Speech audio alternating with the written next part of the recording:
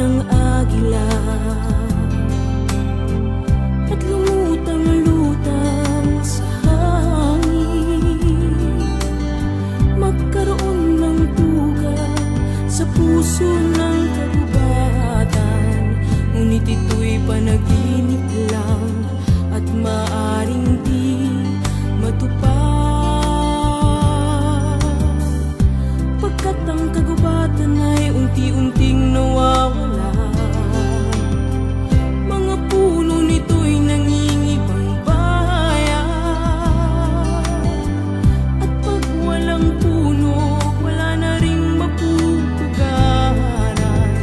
Kapag ang agila'y walang pugat, wala na siyang dahilan lumipad.